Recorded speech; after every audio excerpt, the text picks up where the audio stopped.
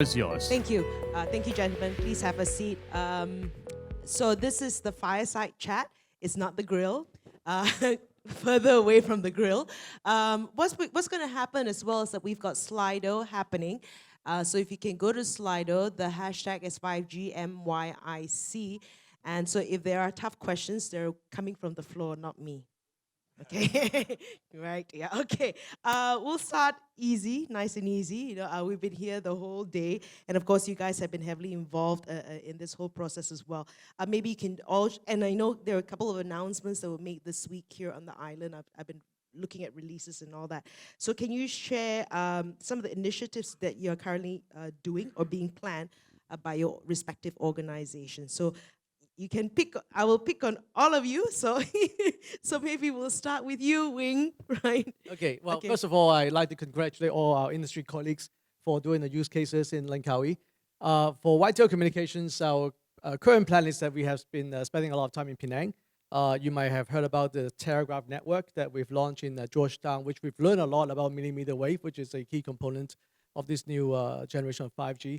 So through the engagement in Penang, we got to learn a lot of the industry challenges amongst the manufacturing sector. As you heard from this morning's keynote speech, there's a lot of opportunity with IR 4.0 to marry up with 5G to create new opportunities for digital disruption and digital innovation. So towards that end, we are working actually to bring up a smart manufacturing testbed in Penang, working with some of the most successful factories in Penang in the area of quality improvement. Because if you come to 5G, of course, we can talk about many, many exciting opportunities. But when it comes to the bottom line improvement, most people can understand the benefit of bottom line, and where we can use AI cameras using low latency network of 5G in a factory environment to improve quality from start to end. I mean, that's a very interesting use case that has direct benefit from a bottom line standpoint, so we're doing that. And we're also working with another factory in using automated guided vehicles. As you know, a lot of logistic movement of goods, inventories throughout the factory. So to the extent that we can use 5G to create autonomous vehicles that can share distributed intelligence, as you heard from our friend from Telenor Beyond just now, I think the power of AI is ability to tap into the big data, which is why the cat example was so interesting, because when you go to the cloud, you have so many more opportunities to find new signals, to learn new things. So that's what we're doing with our friends in that factory, whereby all these automated guided vehicles are connected to a cloud where the cooperative intelligence through the connected AI program will allow for better gathering of data and do predictive analytics, manufacturing type defect prevention, along with sensor data of the factory environment, so on and so forth. So a lot of exciting opportunities. I'm learning a lot from my colleagues here as well, so I'd love to hear from them. Thank you. Right. And maybe we'll just move down the row. Yeah. Me? Yes. Okay. Well, I think no, there are a lot of newspaper reports already of whatever I've said over the last 2 days. I think for U Mobile side, we are preparing our back end in preparation for 5G. We are very excited with 5G and the prospects of 5G creating new business models per se. And we are spending a lot of money in terms of getting our back end ready, especially our core and also our billing system. Okay, in preparation of just launching the 5G. Dato'? For us from telecom, I think we see 5G is very important for one good reason that we see this one as air fiber, which is I think we are putting a lot of fiber on the ground. I think the number of fiber we have about 560,000 kilometers now. I think for the past 10 years we are already rolling out fiber. We haven't covered the whole country. So we see this 5G as an opportunity for us to really extend the coverage via what I call this air interface, which I think we can roll out in much faster speed. That will give us what I call this faster what I call this commitment to the government. We have commitment to the government to deliver this connectivity. I think with 5G we are in the position to help the country to develop the nation. What we have done so far on 5G, we have a trial in Subang Jaya, which mainly the use case is for parking and as well as traffic light. And in Langkawi, we are putting much more. We have about 11 use case now, I think with the different areas, right? So the reason we're doing it to prove that I think we are in a position to deliver 5G. That's why we put a lot of effort in Langkawi. I think we are in the position of pushing 5G to the maximum because we have, as I mentioned earlier, 5G without fiber is difficult. We have already fiber on the ground. It's just the last mile we're going by 5G. That will give, we are also engineering our network now to get the best latency, whatever, because we used to be a PSTN network in the past. The design is slightly different. So we believe we're coming strong just on this 5G, just that we want to help the nation to improve the connectivity to area where we are not connected by fiber. We have still a streaming area, which I think on copper now, and also we have rural area need to be covered. That's the reason our agenda is more of helping the nation. Thank you. Gökhan? Thank you. I'm Gökhan. I also have a very, very difficult name. It's not as long as yours, but still very difficult. And somebody was actually trying to call me Mokan, inspired by what's happening around here on 5G. So it's great to be here. It's been great 2 days, and now this is the end session, the final session. So it's not easy to keep you guys awake, but we'll try. As Maxis, we'll also see 5G as a very exciting and important opportunity. As one of the leaders in mobile industry, we see it as our responsibility to move forward 5G in Malaysia for the country not to be left behind. So that's why we've been doing trials in the last 2 years, mostly around how we will be deploying 5G. And now that we have finished our preparation with the final agreement with one of our vendors for deployment of 5G back in October, ready to launch 5G. Now we're looking into what happens after we launch 5G. And all of the use cases that you see here in Langkawi, as well as few others in the rest of the country, are about what we can do with 5G. It's in several vertical areas, starting with education, which is really close to our heart. We've been running a community program for the last 4 years called E-Class, utilizing the power of 4G, bringing best teachers, bringing good content to rural areas. Now we're looking into how 5G can really take this remote learning into an immersive learning with the power of AR and VR. That's one of the use cases that you will see here and in the island, in the Kampung Padang Wahid area. Second vertical that we are also passionate about is agriculture, similar to several other use cases that we have in the industry. Again, in cooperation with Mardi, we're looking into how 5G can really improve the productivity, the cost, and also the quality of crops for agriculture in Malaysia, as we've heard yesterday, which is a very important industry for Malaysia. And followed with that, yes, the area of fiber replacement, 5G, really complementing that last mile of fiber with 5G is also one area that we're interested in, because we are also committed to bringing fiber to homes, all the premises in Malaysia. And finally, smart cities, which is we're also trialing here in the Lang Square with a smart street lighting, how we can improve the life in cities. That's what we're working on right now. Thank you. Suresh.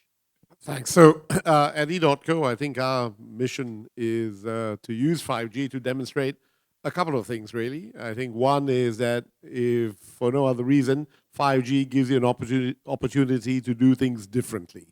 The second thing is it gives you an opportunity to do things collaboratively. So our focus is on maybe on the enabling layer of the network and infrastructure. And increasingly, I think you'll see that in the 5G world, the traditional definition from a network point of view of planning as passive and active will probably disappear. So whether it's a full shared network, some type of more convergent approach to providing the network will be a reality. So here in Langkawi, we're spending our time at the Langkawi airport creating Malaysia's first 5G private network. So what's exciting for everyone here is you too can have your own 5G network. These are all very fine gentlemen, but you too can have your own private 5G network. And I think that's one of the really exciting opportunities that 5G, not just from a software point of view, but also really from where the hardware is going, and we're talking largely in the development of Open RAN, providing enterprises, and if you want to put one up in your neighborhood, you can put one up in your neighborhood too. I think the second one is that it has to be done collaboratively. So whatever you do must be structured in a way that's shareable. So the other 5G trials that we'll be doing, I think I know the GSMA has hounded me endlessly for this because I keep talking about it, but we have our bus stop up at USM in Penang, and I think the idea is you can create shareable small cells on 5G, we're also, I think, working with TIP now to look at opportunities to use Open RAN technology in downtown Kuala Lumpur. So I think the main point here is we've got to do things differently, but we've also got to do things in a way that provides a real platform for sharing for everyone to actually then create the innovation that society needs. Yes, Alvin Yeah. from DG. Yeah, because just in case you scold us on stage. So, Not yet, so I'll not try and yet. do this. I'll try and do this in 5G speed, guys. So it's been great couple of days, and it's all about learning. And we are all learning together because you heard a couple of speakers talk about there's no real guaranteed of a use case that's going to fly, and we're all trying to discover which of these use cases are going to be most relevant for our consumers and our segments that we're trying to serve.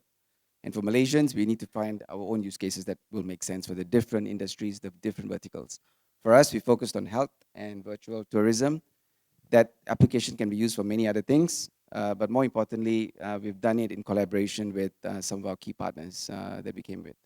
And that was Crest, ZTE yesterday. We did it with Hospital Sultanah Maliha. And we did it with Panorama, which is the cable car guys that are doing a fantastic job. And most importantly, with involving as many digizens on this learning journey, because that's really where we're going to get the maximum benefits out of it. So it's been great, and we are hoping that we will find some great use cases, also leveraging on what Telenor is doing in some of the other markets. Jada? Hi, good afternoon, everyone. I'll try to keep my answers short and precise. I mean, for Celcom, we've been, I wouldn't use the word toying, but we've been trialing the idea of 5G for a while. We have done, of course, with the industry. But besides that, we also have been having our own trials. For example, we did the first cluster for 5G in Petaling Jaya. Our building is a 5G, have a 5G coverage inside the building. We also did the first campus trial for 5G with UTM, also in KL. But here in Langkawi, it is something that's actually really as close as possible, as far as we can get so far, actually, when it comes to understanding 5G. Because we always believe 5G is not just about the network, but I think 5G is very important for it to have the right use case and to get the end users to actually get involved and do things with you. We have about 7 use cases in Langkawi, but we focus on there are 2 main ones, which is surrounded around safety and security. And we've been actually doing this in almost a real case with the Langkawi port, which is now we can say that Langkawi port is the first 5G port in Malaysia. And we're also doing the trial or the pilot with the Polis Diraja Malaysia, which is the Malaysian Police Force on safety and security for the Pantai Chenang and Langkawi. We believe that is very, very important because it's not just about us learning about the 5G technologies, but it's also about the end user learning about what they can do with the technology. We are open for all the delegates. I believe tomorrow there are sessions for you to visit the port, what we can do at the port, and also for you to visit the IPD in Kuah, and you see how the end users will show their appreciation, how the technology can actually help their day-to-day operation. Okay. I'm going to intersperse some of the questions that I had together with the questions that have come through Slido. Like I said, the questions coming through Slido are a lot more harsher than mine. But we'll start with something nice first, all right? Your view of the role of 5G meeting the needs of undeserved communities and your aspirations on how best to meet these needs. I think some of you have addressed them, but this is in line with the question is what is progressing humanity, what it means to Malaysia and the world with 5G. Anyone can answer that if you haven't sort of addressed that earlier on already. Who would like to take that? Would you like to be picked on? Okay, Dato'. If you have time tomorrow, you can visit our 5G command center. You see, we have interesting application that we have developed internally by our R&D. We did develop this application, and it catch the attention of our local authority here, Langkawi Development Authority, LADA. So we have signed up with them, and we are tracking the visitors that coming to the countries, and we have some analytic that show whether they are happy or they are, age roughly, all these things. Right? We get all the information, which is good for Langkawi to LADA to develop more activity for the tourists, and they know when timing they are coming, all these things, and it's good for them. They know what's the best time. In the airport where it's highest traffic, so it will help the merchant and all this in Langkawi. They know where's the time to have more manpower to handle the store, all these things, right? So it's really give a good indication, and you see that what I understand when I saw the dashboard, there are more women coming to Langkawi for whatever reason. Probably they come for shopping, and probably by getting all this information, they can plan a better better store. Maybe the store more to cater for the ladies than the men, for example. So this type of thing is really help the industry, and help to boost the economy. Would anyone else like? Yeah, I think the opportunity for 5G is that if we create the available, accessible, pervasive network that is reliably providing you fast speeds, then I think you have an opportunity for something to happen at a society level, which you may have seen to 4G happen at an individual level. So what has 4G done? It's available, it's pervasive, it's very fast, it's easy to use, and it has revolutionized media because now it's all about user-generated content, right? So perhaps the opportunity, if we get 5G right, is you can't predict what society wants. I mean, society has to select itself, but also have the tools. But if you can rely on a network to be available and pervasive, then individuals out there, groups out there, governments out there can think about the applications, and they can spend more time on that aspect of getting it right. I think historically, the telecom world has been very much network driven about getting coverage right, getting QoS right. It's not that that will go away in 5G. It's just that I believe that it's about the real opportunity of 5G is to turn society's attention away from how strong is your signal to what you do with it, right? And I think our first job is to get the network right. But I hope that that just provides the enabling layer for everyone out there to get the right things in place that we need for our society. Couple thoughts also. I like the question how it's going to really help progress in humanity. I see it in two ways. One of them is what 5G brings in terms of capacity, speed, and latency. What's making time and distance converge in a way. Being real time and really making sure that cloud is a real reality now. It's really taking away the distances, and the common threat that you see some of the use cases that we all talked about is really making this time and distance convergence. Taking a student, having that student have access to the best teacher, best content available wherever they are, including the ones that are really away from the cities. Or take the healthcare cases that some of our industry partners have done, really making sure that that patient has access to the best doctor, best cure that is available at the right time, immediately, regardless of where they are in the country. So this convergence of time and space almost is what's going to progress humanity. The second one is what we've discussed actually in the Telenor presentation. There are many big questions that humanity needs answers, from cancer to global warming to different diseases, big questions. And all these questions, I'm hoping that will be answered with the power of 5G connectivity and AI that is powering behind it. So we'll be able to find good answers to very difficult questions with the power of 5G. There's a question from Anonymous here. Everyone is talking about rolling out of use cases. Where's the testing and the verification aspect to ensure the use cases meet the quality standards required? Perhaps some of you can wing. Okay, Albert. Yeah, so thank you for the question, Mr. Anonymous. Anonymous. But I think it's, again, going back to what Suresh and some of the others said, it's not really about the technology and the operators or the partners here. We're not responsible for taking those use cases out. There's going to be tons and tons of use cases driven by consumer trends. And those trends, just like any other apps that you see today, are going to be developed by entrepreneurs, SMEs, startups, and different communities locally and globally. And they will have to have a focus on making sure that they have the best apps, because that's going to be where the competition lies. For us, it's making sure that we roll out a capability of taking 5G either on fixed wireless or on services that they want to use it for. But those services really are depending on the outside world. So I'll give you an example. DG is having part of our 5G test. We're having it in open labs in Savijaya.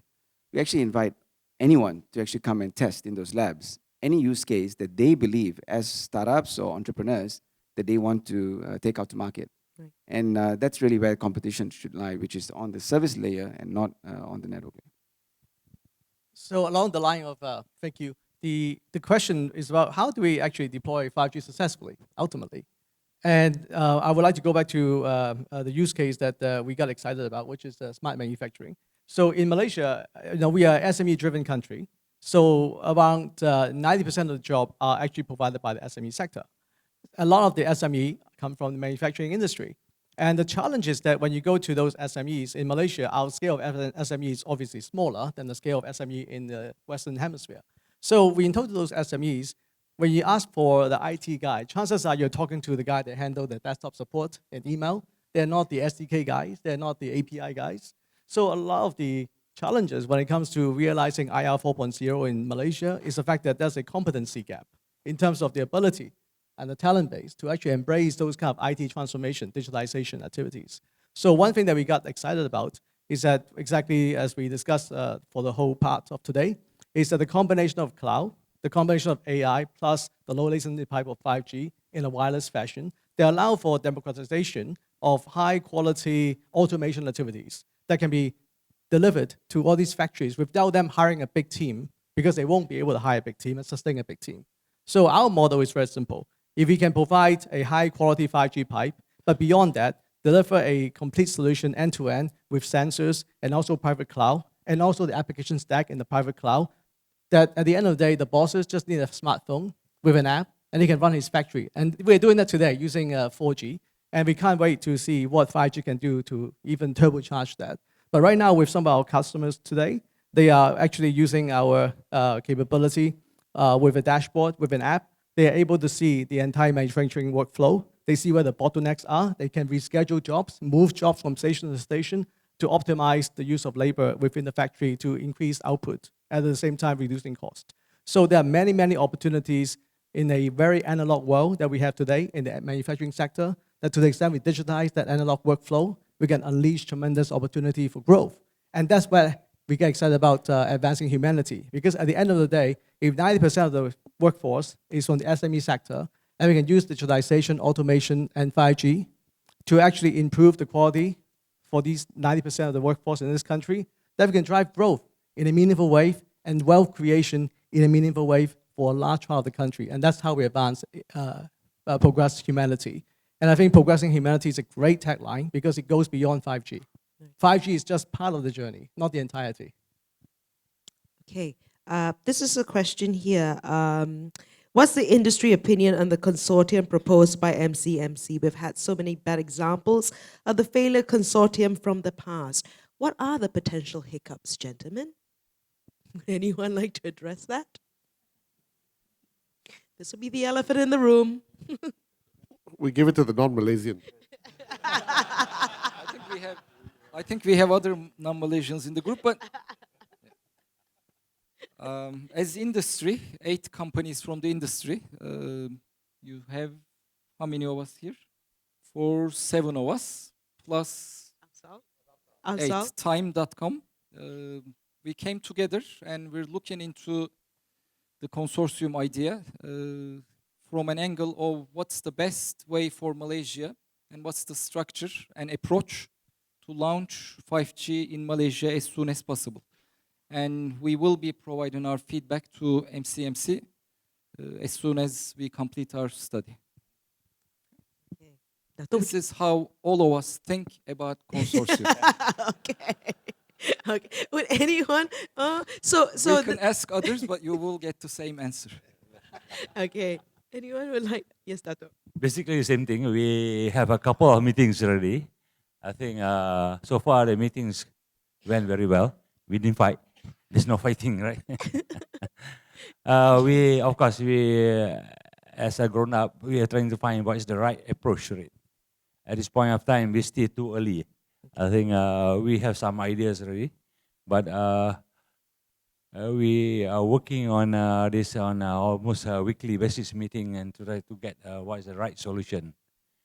So hopefully, I think in a couple of months in a couple of weeks before the marketing plan, all this thing by MCMC, we will get some landing somewhere. Hopefully. Yeah. If I just may add, there is something that I like about this is, before the announcement, everybody was trying to do a prelim beauty contest, trying to win the spectrum and fighting for the spectrum. I think at the moment after the announcement, I think suddenly the focus shift is towards how do we try to make it work as an industry. Technically, how do we try to make it work? How do we try to make it work as an organization, as a consortium? I think that shifted a little bit the focus from, how do you try to work individually to become how do we try and work to make it work as an industry. I thought that's one of the major things that's happened. Not that we didn't work as an industry before, but when it comes to 5G, now we're thinking, hey, how now we move forward with this? Okay. Okay. There's another question here, and I just want to ask as well around the whole idea of 3G and 4G. Have the telcos recovered their investment in 3G and 4G? If not, why work on 5G, which requires even more investment?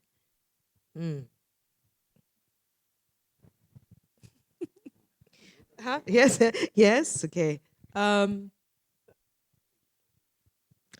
repeat that, okay? I'll repeat that question because I think this requires, because we got a lot of ticks on this one. Have the telcos recovered their investment in 3G and 4G? If not, why work on 5G, which requires even more investment?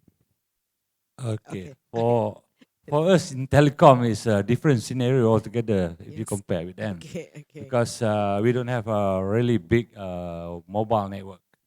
Our network mainly, I think we don't have 3G, we don't have 2G, we have 4G. 4G is required for the fallback if we want to go for voice, VoLTE, right? So for us, it's not a big issue. Spending on 5G, we'll do it because we have a very good use case for our, as I mentioned earlier, for our streaming and also area where we still not covered by our fiber. So we are there. I think we are ready to invest, basically, because I think we have a strong use case, a valid use case. And I guess the question would be, so what are, the rest of us, yes. Okay, you want to go? Yeah. I think telecoms industry, to me, is one of, I've been in industry for a while, but it's quite a very interesting industry because as the demands and utilization goes up, the price continues to go down. Unlike other industries, when the demand goes up, the price goes up. But one thing, if you look at the telecom industry, is we have to continuously reinvest. Every year we have to reinvest. There is no such thing that we reinvest this year and then we can stop investment for the next 2 to 3 years. Every year is about reinvestment, and if and then every time there's a new technology comes in, it's a new cycle of reinvestment. Then if you look at from that point of view, if you look at in terms of reinvestment or how much we put our profit back into reinvestment into the ground on our towers, on our new technology, on the backbone, on the transmission, etc. As the demand goes up, it has to continue. You see probably not many industry is actually have to invest as much as that. So that's why this is very, very important. It's like it's not that we invest this for 3 years and then you pay back because you have to continuously reinvest. Yeah. So that's the nature of this industry. I think we should start looking also from that the rate of reinvestment and how do we make it such that the industry becomes more sustainable over the future, right? In the longer term, because I think that's a very, very important thing to look at. And do you have the answer for that already? Well, well, I think this is not just an answer alone, right? This is an answer that between us as an industry, and I always believe the answer is you need three parties. We need to work on something that I'll call it a win-win-win, not just a win-win, but a win-win-win. We need to find something that win for the public, for the people. They got the service in the right quality at affordable price, and obviously it must be also a win for the government, for them to get what they're looking for in terms of the development and the progression of the nation, but it also must be a win for the industry because then the industry need to continue to reinvest because if the moment we stop being able to reinvest, then bad things going to happen. Let me just add a couple things to the same thought. It's very difficult to separate 2G, 3G, 4G, 5G. It doesn't work that way. You cannot think of what is my 2G, 3G, 4G, 5G. Because think about yourselves. I mean, you are not a 4G only user. You are not a 2G user only. It's one network and it's a continuous network. It's very difficult to make that distinction of have it paid back by itself because it really goes across all your customers, all four, including the 5G coming right now. So the question is one of those problems that doesn't have the solution because you cannot separate it. Okay. Yeah, maybe just a few more words, Farida, if I may. I think if you look at what Gokun and Idam saying, absolutely spot on. I think if you look at 3G, 4G and monetization of data, Malaysians use a lot of data. Average Malaysian uses between 16 to 20 gigs of data on their mobile phone. And the reason for that is the primary source of internet is from their mobile device, right? And therefore, it's important and it clearly shows that that's why we continue to be able to reinvest because of that profitability and the profitable growth. So you put sites, you put coverage. You will have areas where there is no coverage and buildings which are not covered 100% internet. Then you do an assessment and see whether you go in. Now on 5G, we have the chance now to look at it quite differently. Also based on the previous question, which is on the consortium, the government is also looking at the allocation of spectrum very differently from the past and in an innovative way in terms of how can money go into the network to cover more coverage and more quality for the people rather than into the fees and the spectrum utilization. So very different opportunity, and that's why the collaboration and the new innovative way of looking at spectrum is extremely important for us to look at. Okay. No one else? Okay. Very interesting. What will 5G be priced higher, same, or lower than current offering?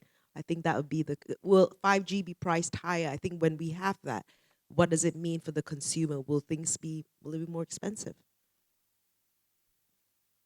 Well, I think we can draw on experience from around the world, especially if you look at Korea, who has rolled out 5G. If you look at US, you look at Europe. I think the tendency is, if you talk about B2C, I don't think those operators are able to charge a premium over 4G. That is the experience worldwide at this point in time. But I think we got to look beyond that. I think 5G is more for enterprises and it's more for corporates per se. So I think whereas from the experience from the rest of the rollout in the world, where they are mostly on fixed wireless and they're mostly on eMBB, which is a faster speed, in terms of downloading compared to 4G. I think the main application for 5G is the IR 4.0 in terms of the transformation for all the enterprises, and new business model emerging from that.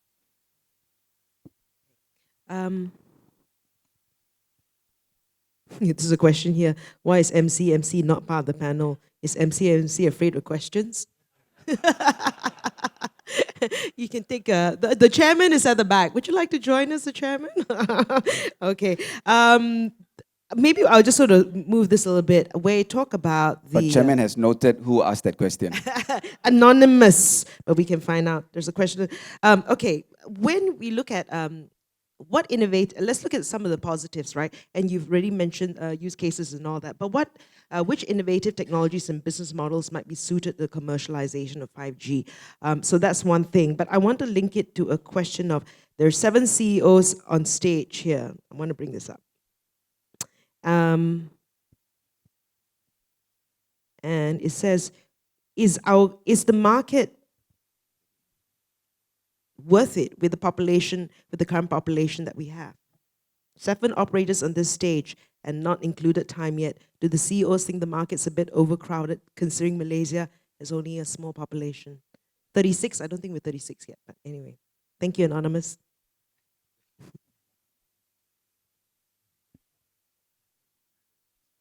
So the question is the market overcrowded, Yes, or is it worth it? Is there investment? Yeah, well, there's, So yeah. I think 8 you should layers. always distinguish competition issues from what a country needs, right? So does this country need 5G? Absolutely. I think will the country gain considerably from a good deployment of 5G? Absolutely.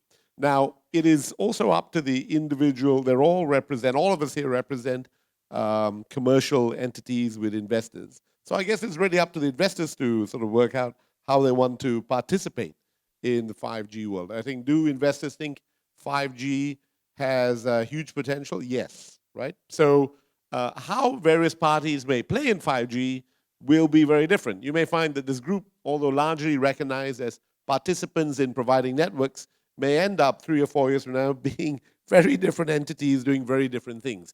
We cannot predict the future. We just know that if we don't work a sensible approach to enabling it, then we may have more problems as a country or as an industry, right? Where the path leads, we'll just have to be flexible, I think. It's probably the easiest way to think about it. And I don't think you will find in boardrooms or in analyst rooms questions about the economic returns of 5G, but I don't think anyone doubts that there is an ultimately very strong economic case for it. The question becomes a little bit what and how. And there's never a secret sauce to this stuff. Who knows, right? I think 3G was going to give us everything 5G was going to give us, right? Thank God that we actually now have 5G. So you can't predict it, but I doubt that you're going to find anyone here tepid about it either, right? So I'd say that the industry attitude globally to 5G is very positive, but nobody's 100% clear what the blueprint is. However, what's exciting is that for the first time ever, I think you're seeing traditional hierarchical approaches to how an industry works being replaced by much more entrepreneurial, innovation-driven, cluster-driven ways to do things. And I think for that alone, 5G will change the world, right? So for me personally, it's very exciting. And let's see where we end up. Right? I think if you look at the consumption, right, when we are at 1G or 2G, at 3G that time, when you say 3G, we'll be excited because coming from H to 3G is a new big bandwidth, right, big capacity. But at that time, the utilization is only about 3 gig per customer. But if you look now, the utilization has gone up. I think you see, I don't know, the average utilization is 20, 30 gig per customer now. And this demand is going up and up. So as an operator, we need to find another solution. So if 3G with 3.5 C-band can give, what I call this, 1 gig type of speed, then there'll be opportunity for us to fulfill the requirement of this customer. Because I think earlier we are happy just with text. We're happy with what I call this a low what I call this resolution video from YouTube. Now we demand a higher resolution. Of course, the data consumption is going up and up. So if we, are not investing on this area, I think we'll be losing because the customer will be complaining. Now I've been using 4G now from my friend's network. I also have issues. And also my network as well. I have issues because we have a small bandwidth. But I try to find a bigger bandwidth. I think there's a lot of waiting issues. So with 5G, with 5G will be much better. I guess we have better experience. And once we have better experience, the consumption will definitely shoot up. I think now 30 gig is good enough for per customer. I think over 1 year, maybe the demand will go to 100. It's easily because the resolution has gone up and the demand is more. But we will see the same thing.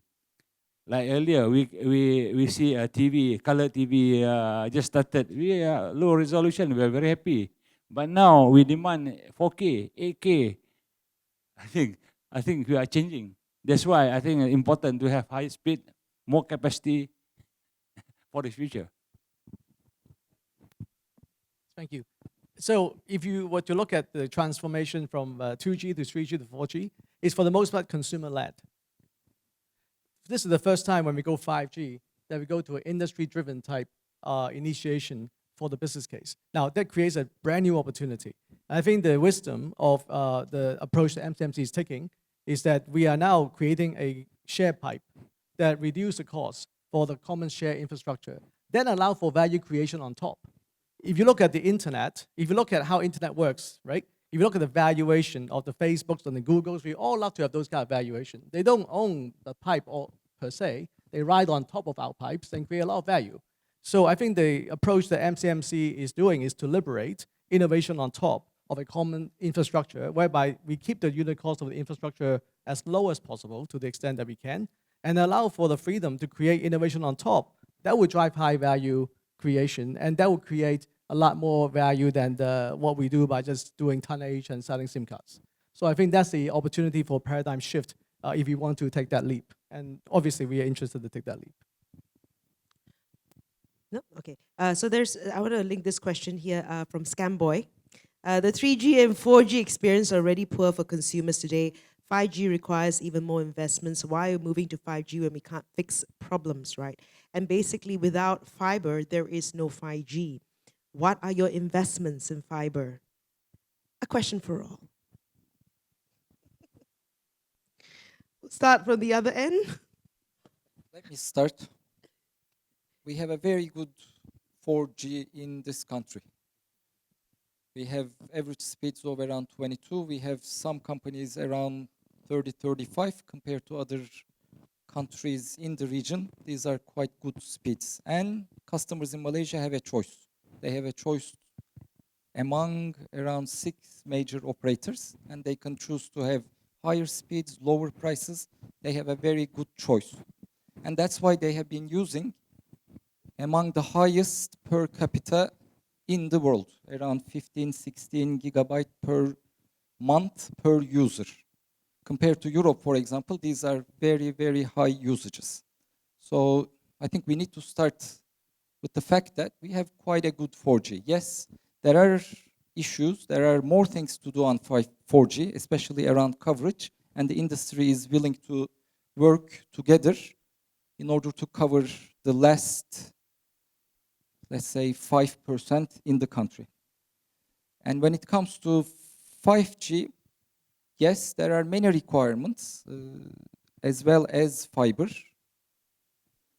We shouldn't just look at fiber. There is spectrum needs, there is base stations, the fiberization of the base stations. If you look at it overall, not just focus on fiber, the readiness of the industry is also quite good. Especially in terms of fiberization, around 40% of the base stations, which are already quite dense in the country because of 4G high usage. As an industry, we had to build dense, more dense than most of the other nations. So our current 4G footprint is already quite good. And we can build 5G on top of this 4G footprint that are already 40% fiberized. And yes, we have fiber in the country. Maybe not connected to the last mile, to the last base station, but we have fiber in the country. And our government and regulator MCMC, as has been announced, is rolling out not just what we're talking here, but the NFCP, National Fiber Connectivity Plan, is a plan for the next 5 years to increase fiberization in the country.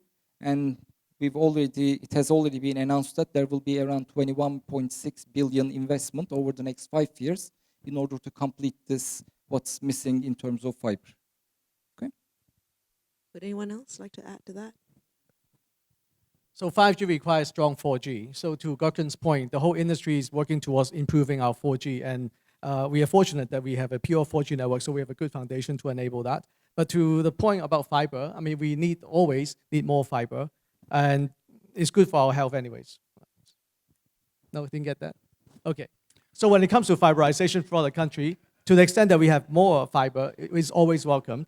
And one thing that Malaysia have is something called MSAP, which is a regulated wholesale pricing framework, which has helped improve the access of fiber at a more cost-effective basis that we can pass the savings back to the consumer. So to that, we like to recognize the government for having an MSAP framework, that wisdom of that. So one thing that we've learned with 5G network, and we have some experience doing something similar using Telegraph, whereby with a mesh network like 5G, we don't need fiber at every single site. We just need fiber near enough, and then we can use 5G as a mesh network to deliver the service to more people. So I think that lowers the requirement to have fiber at every single node and give us more flexibility. But still, we need to have good fiber, and of course, the whole industry is working towards doing that.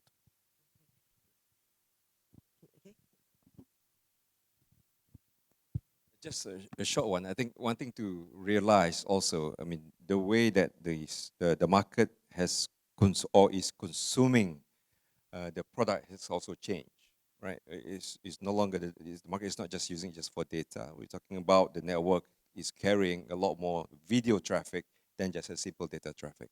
So the definition of what is a good network, what is the user experience also has changed, right? It's not like before. So it's not just looking at how fast can you download, but even when you talk about social media, it's how fast can you upload, right? You're talking about how, if you're watching video, it's about latency, it's about stability, it's about consistency. So the idea of what kind of network that we need to build, what kind of quality are we expecting? There's a lot of other measures also that we need to start looking at, different ways of looking at it. And then there are many tools out there in the market. There are many different entities or third parties that actually has more crowdsourcing kind of experience that they measure, they actually give a true experience of what the customer is looking for these days, because the utilization has changed. You know, when I look at Mr. Choi's presentation and something that is, it's being implemented in Korea, why can't something like this just be cut and paste and we could follow that? Why can't certain things be done here? Or can we just follow a model like that in Korea? Or what they've done in Korea? Why can't something, just be as simple as a cut and paste? Every country have different challenges. I think we are facing with some issues on spectrum that is not widely available. If you see Korea, they award 3 operator with 3.5 C-band with all 100 meg-ish, 180 LS. I think same thing happened in China. In fact, China Mobile have 160 meg bandwidth for the what I call the 2.6. So these things are not similar. I think I'm sure our chairman, if he have the band, he will give it to us, to everyone, right? But he also has to manage what is available. Resources is not there actually. That's why I think we have some challenges. Yes. Frida, but just on just coming back to use cases, definitely. So whatever has been successfully implemented in some of these countries could be very easily replicated. And there you have services like smart cities, where you could bring in and not have to go and recreate. But you need local companies or local startups or communities to actually develop them for the local solutions, right? So for example, in Langkawi, for example, in key market centers, parking. But the application and the thoughts of the use cases, absolutely. So, for example, we are stealing with pride from some of the things that we see in Scandinavia. Some of the use cases that we shared today are things that we've seen globally. So, same with the rest of us. So, there, lots of opportunities to shortcut.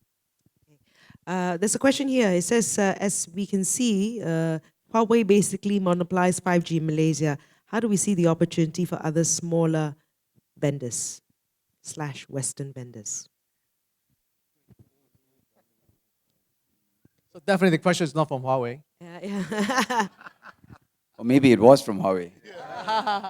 So if you were to look at what MCMC's provided by way of guidance, of course, we have a consortium-based approach, which provides a shared infrastructure network. But when it comes to millimeter wave network at 26 through 28 gigahertz, MCMC does allow for the flexibility for private network type deployment or the smaller scale network deployment for like a cargo port, a container port, or hospital, and so on. So there is tremendous opportunity for innovation as well, beyond having a common infrastructure. That's also allow opportunity or provision to allow for different technology to be brought into this country to drive innovation. So I don't think we are locked out. I think this is about procurement process. If a vendor can offer the best product, late payment,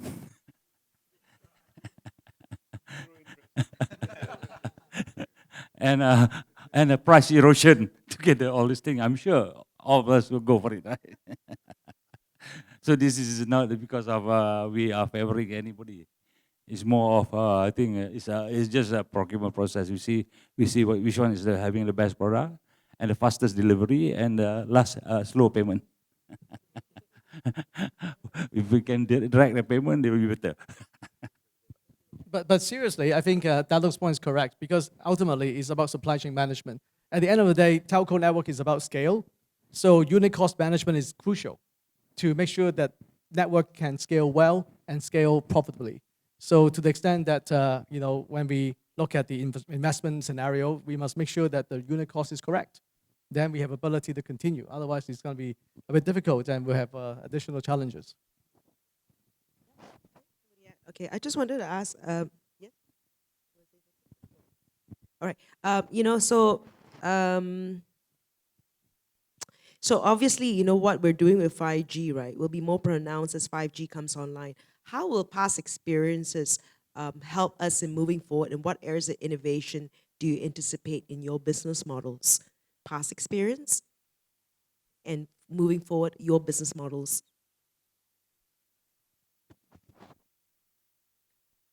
Is that? Yes, please. Well, sometimes when technology changes, there's disruption, and possibly 5G is one of the disruption. I'm not sure whether past experience actually helps or drag you back. But sometimes I think it's important for us to look outside what we have learned or unlearn what we have learned, because I think the real disruption that 5G is going to bring in is the change in business model. Because it's not just about our business model, but it's also the business model of the different sectors, the industries, etc. That is going to make, and that change in business model going to make an impact to the society. So yes, the past experience can help us or to guide us in some way, but I think it's more important for us to be more open towards a more disruptive business model or ideas, etc. Yeah, just maybe 2 points to add. It'd be more consumer driven rather than individual launches. And the second one is it'll be a lot more collaboration. Anyone else to add with that? Yeah, I think, maybe past experience is that kind of don't fight the change. Just you have to go with it and don't be so tepid. You can probably make bigger bets and have a bit more courage. And I would probably say that for, say, someone like E.co, the strict divisions of what your role is, and for anyone, is going to blur. And you're just going to have, it's going to be probably pretty hard to define your business model in the future. You kind of do a bit of stuff everywhere. And that ability to work almost in a cloud is probably your business model for the future. You mobile? Nothing? No? Okay.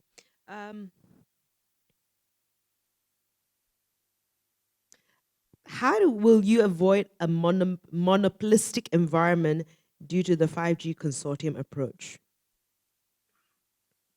Will that, with this consortium, how do you avoid a monopolistic approach?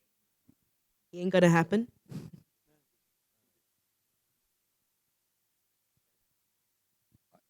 I think it goes back to what I tried to respond on the consortium question. We are now looking into what's the best way, optimum structure and approach to this. And of course, that's a very key consideration, how to prevent monopolistic behavior and promote competition, but we don't have the answer yet. Let us work on it and we'll come back with the feedback, and that's definitely is going to be one of the areas that the industry will be trying to find an answer. Okay, anyone can feel free to answer this. Did MCMC force the 5G consortium idea down to the industry? Can the CEOs care to comment? Did he force the idea down to the industry? Huh? Or was it, this was, yeah, please. I'm not going to put words in your mouth. I think we have all witnessed the whole process, and I don't think this question is fair. It started with a public inquiry that has been posted by MCMC last summer, and it has been followed due process, which has been quite transparent, including everything up on the web available for anybody in the public. And the idea of consortium is a result of the public inquiry response by MCMC, which follows this whole transparent process. And I guess also maybe it's probably like all the operators already have an idea to go this, but it takes political will for everyone to get on the act, because we probably had different timings on how this could be done. And without this, I don't know, right? Would this something of this sort have happened? Without. Yeah, and I think that's the point. I think if you look globally, a lot of governments and operators are struggling with the requirements of 5G rollout. Look at the questions that you guys just asked. You haven't recovered 3G, 4G investments, and you're going to 5G. But yet we need 5G to drive the economy and everything else that we've seen the last 2 days. So I think Malaysians also need to now realize that it's a concerted effort. And rather than having multiple networks and multiple investments, this is one way of bringing collaboration, as Suresh just mentioned to me, into one ecosystem and rolling out one strong network, and then expanding it as fast as you can and ensuring that the capacity is there to take those requirements. So it's a smarter way and innovative way of doing it. And as Gokan mentioned, it's been part of a process. And which kind of links to this question, right? Since this is a collaborative effort, how will the telcos try and differentiate their offerings? And I think this is something that everyone can address. So the pipe is shared as a common infrastructure. And I think, as I mentioned earlier, I just make sure I get the point across. The value is on top. How do you differentiate at the service level? Innovation usually comes in the form of services, application. We all can understand when you bring up a phone, you see all kinds of innovation here. The question is that in the realm of 5G, if we have a common platform from a pipe standpoint, then what else can we do on top to differentiate by way of smart manufacturing, smart hospital, things of that sort? All these are value on top of the pipe, not the pipe itself. The pipe itself doesn't deliver the value. The value comes from the services. And I think that's the opportunity, that's the excitement for innovation when it comes to IR 4.0 and so on. Yeah, so the innovation layer, the marketing layer will still stay with the retail brands. And give you an example, so Celcom and DG have been collaborating on fiber for a while on our sites, yet we compete in the retail space. Absolutely no problem, right? Yellow and blue, so yeah. Okay, nobody? Dato', anything to add to that? I think 5G is more, what we see is more B2B. More B2B than B2C. I see there's a lot of opportunity on, business to business that we are working on now. I think on our side, we have quite a list of enterprise customer that will require this type of approach. So we believe, I think we have enough justification for that, going for 5G. Yes. The the differentiation at the network level for the 5G may not be there anymore if the collaboration, and we've been doing that in some of the sharing, and we've seen, for example, if we tested the 5G MOCAN, it works both ways. We got exactly the same service for both. But like what my colleagues were saying, is the competition is at the service level. But at the same time, as what my colleagues were saying earlier also, that a network is a network. It's not just about 5G, just only computing 5G. There's 4G, just 4G, or 3G is 4G, but it's one whole network. How the whole proposition of the 2G, 3G, 4G, and 5G works together to deliver that value to consumer also is another things to consider, right? And then after that, it's about how you build your brand, how you build your distribution, how you build your customer service, how do you build your product and innovation, etc. That's where the competition needs to come. Yeah, I think that's could be quite interesting to see how that will develop. Okay. Are there any questions from the floor? Would someone like to get hold of a mic and ask some questions? Because I get a lot of anybody? Huh? Yes. Sometimes a little bit of interaction. Okay. Now, I want to also just, I guess, find out, like, when you talk about with this implementation, right? When you look at where your various organizations, I would like to hear from all of you as well, the short term, the mid-term, and long-term outlook on 5G and its implications for your various organizations. We'll start with you, Ida.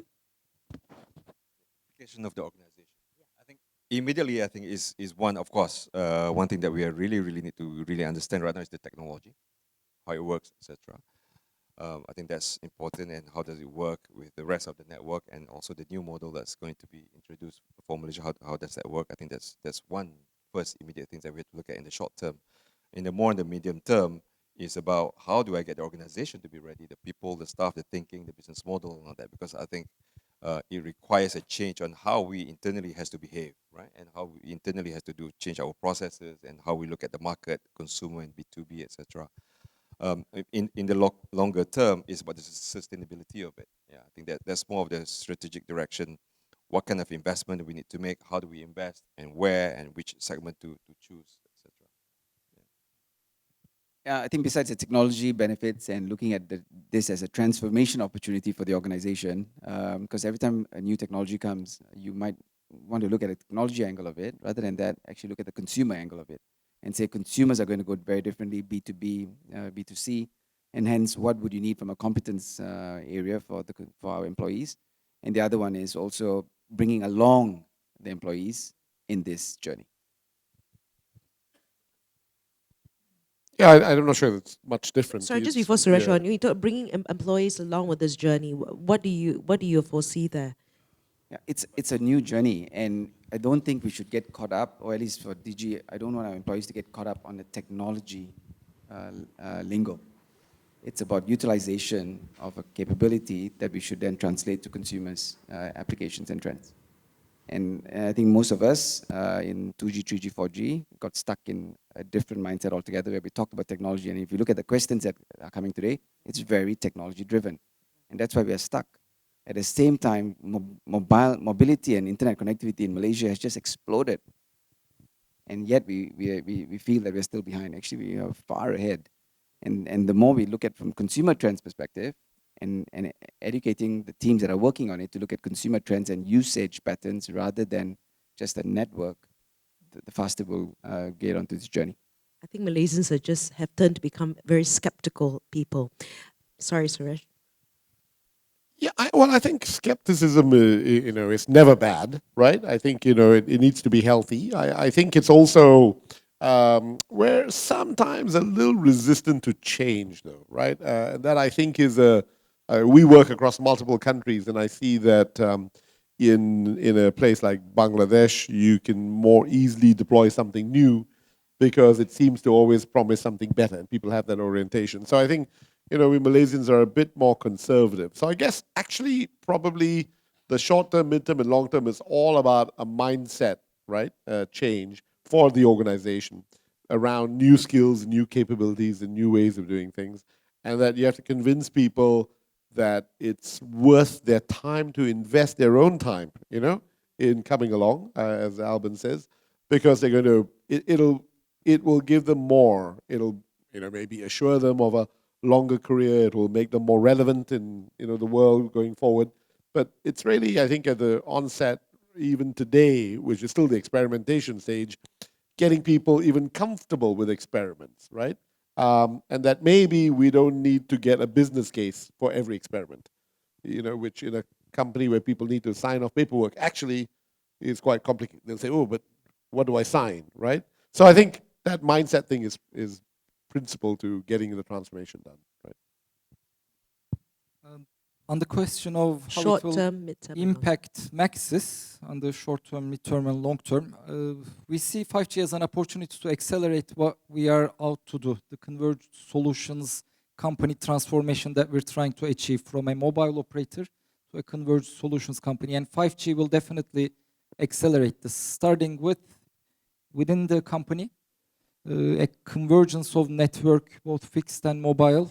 5G will definitely accelerate that. And really, all the use cases that we're talking about for industries, its impact on our industry, which Rakuten also talked about it actually, 5G will give us an opportunity to do things differently internally. And that's what we're trying to build on right now in the short term. Virtualization of the network, and usage of more IT and AI in terms of network build, plan, rollout. So it is really, already we're seeing that 5G is accelerating even before it came our digitalization. And the short term, yes, as much as we believe there will be a lot of enterprise applications, short term it will start with the consumers, with the penetration of 5G phones, which we believe will be faster than what happened with the 4G phones. So it will start with the consumer, while we are working, as we are demonstrating here in Langkawi, on different verticals, B2B applications and B2B2C applications should be coming out in the midterm. And long term, we envision a one converged network for Maxis with a lot of solutions on top that will be offering to our both consumer and enterprise customers. For short term, I think on our side, we will like to have 5G to solve our streaming issues, which we need to have higher speed and better connectivity. There's an urgent need in this area. And for long term, we would like to fix the issue of digital divide. We'll get the coverage right to the rural area. I think we are fully supporting the government to get the NSCP right. We want to have 98% coverage of populated area. So by doing so, I think the gaps between the rural and the cities will be much less. And also, what interesting, I see that when I met with Menteri Luar Bandar, YB Rina, she did mention to me there's some element of migration from city to the rural. Yes, it's a good opportunity. If we can serve this area, we can create a new economic activity in this area. So I believe in the rural, there are customers. That's why I think we need to do the right way. I think, as I mentioned earlier, I can be pulling fiber to everywhere and wait for the customer. If I can put wireless first, and by knowing where is the customer is, and I can target my fiber to the right location. So it will be more efficient, good for the country, and also we can make some profit from that. For you mobile, I think in the short term, I think we got to gear ourselves up, especially from the network side in terms of providing be ready for 5G. But I think that the key thing for us is the mindset and the culture of the organization, because telcos traditionally tends to do things ourselves, okay? But I think in the future, the mindset has to change in terms of having more partners, because I think in the future, because of all the new business models that are coming up, the mindset and the culture of the organization have to change, to cater for that, because we are going to talk about multiple partnerships in order to provide services to multiple industries, and telco alone do not have those expertise. So I think that would be a more difficult part to transition between the medium and the longer term. So we are a young company, we are a young operator, and as a result of being a younger operator, we do have some good fortune whereby when we first started, we invested in an OIP network. And obviously going forward, IP is going to be the key layer to enable different radio technologies. So we do have some flexibility in terms of cost optimization at the infrastructure level that can enable us to have more flexibility down the road. Obviously, 5G require a highly virtualized network, and we do have some good experience because our network has been virtualized for a while now. The challenge, of course, is that how do we create value on top at the service layer? And towards that end, we've built a fairly substantial private cloud network because we do believe that to carry IR 4.0 workload, we do need a private cloud that provides data sovereignty and privacy control that can do things that public cloud cannot guarantee. So these are key ingredients, if you would, to create new business model on top. Now, as I mentioned earlier, as I and my colleague talked to different companies from Malaysia, they do struggle a bit when it comes to competency to embrace IR 4.0. So we believe that having SI capability within our organization, system integration capability within our organization can help bridge the gap because it's not just delivering SIM card and devices to people, but also providing the layer on top to bridge the solution all the way to the endpoint as a dashboard or as an app to the end user to really help them optimize the business. So investing in the system integration capability is also something that we've done. We have a humble little team with about 170 people that can engage multiple businesses to actually help them bridge solutions. So these are important ingredients to help us transform from a pipe company to what we call a smart pipe company. I think if you look at 5G, we do have an opportunity to go from the days of 2G, 3G, 4G, which is every single generation is faster, faster, faster. It's all about pipe. But now we look at value creation on top of the pipe. So I call that smart pipe, and I think my colleague would also recognize that transformation opportunity. To the extent that we grasp that opportunity, then we can unlock new values. We don't worry so much about what's the capital return, because we are talking about new business model to create much higher return. If you look at a solution that we deliver to a factory, we don't count how many gigabytes per month. We count the value on top as a service proposition. So that changes the game a bit. We have time for questions? Yeah, okay. I mean, we're going through.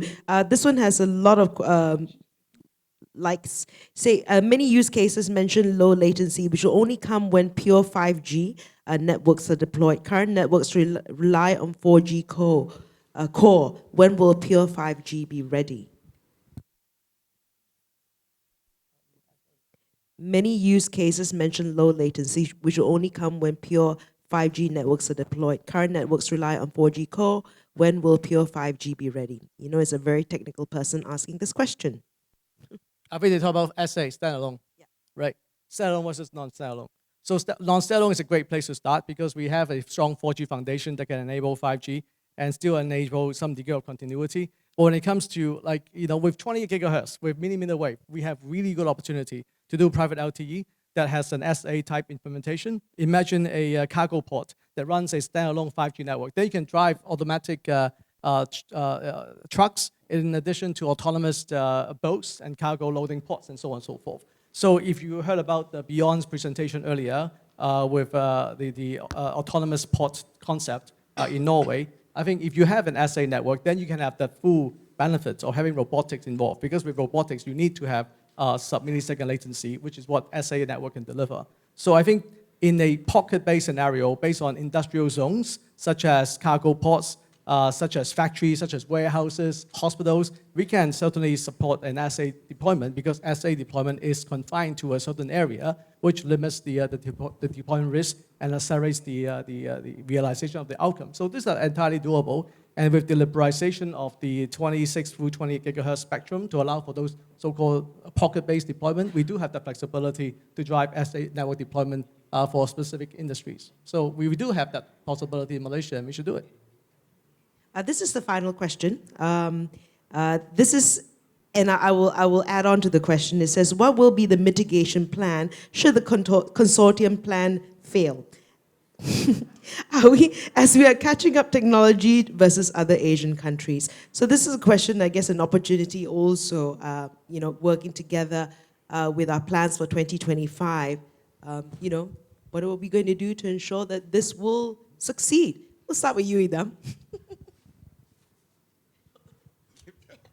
Alvin first. Who's ready first? So this is the last question. So just like Last question, yeah, last question. I think if the consortium fail, the fallback is to Telecom Malaysia.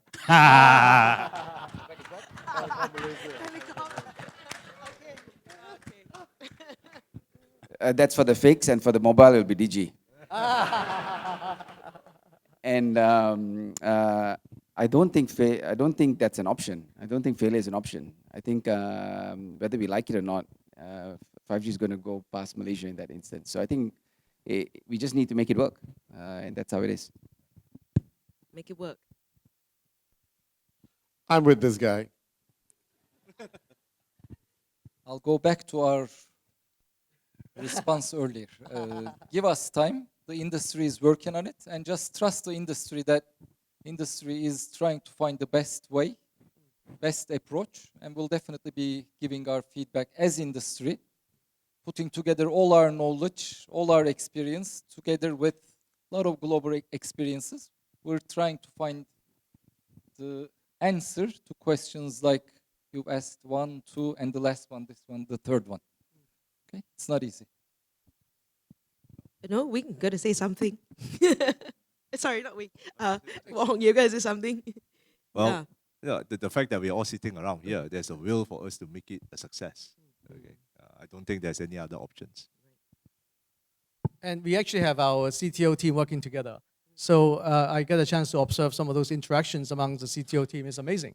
So if you pull the entire industry's knowledge base together to derive an outcome that makes sense to all the CTOs, I think we have a much better chance than doing it individually. Well, I think the spirit now is about how do we try and make this work. I think that's where we're putting our energy today, and the team is working on it from all various angles, from technology perspective, commercial perspective, etc. I hate to start thinking about the negative aspect of things. I think it's better for us to continue to think positively and continue ourselves to do the collaboration as an industry and see how we move this industry forward. I think that's probably we should focus our effort. Yeah. Thank you very much, gentlemen. Thank you very much for being in the hot seat and answering these questions. I know yes, a round of applause. I strongly believe there is political will, and I'm speaking on myself. There's political will, and there's, of course, anything that's worth it. It's got to be challenging, but sometimes maybe, we have to lose a little bit of our skepticism and criticism. I think we've been living under that shadow for a long time. So maybe moving forward, let's just work together and make it work. So thank you, gentlemen. I don't think I'll get an opportunity to get all 7 of them, minus Afsal, together again. So thank you. Back to you, MC. Thank you.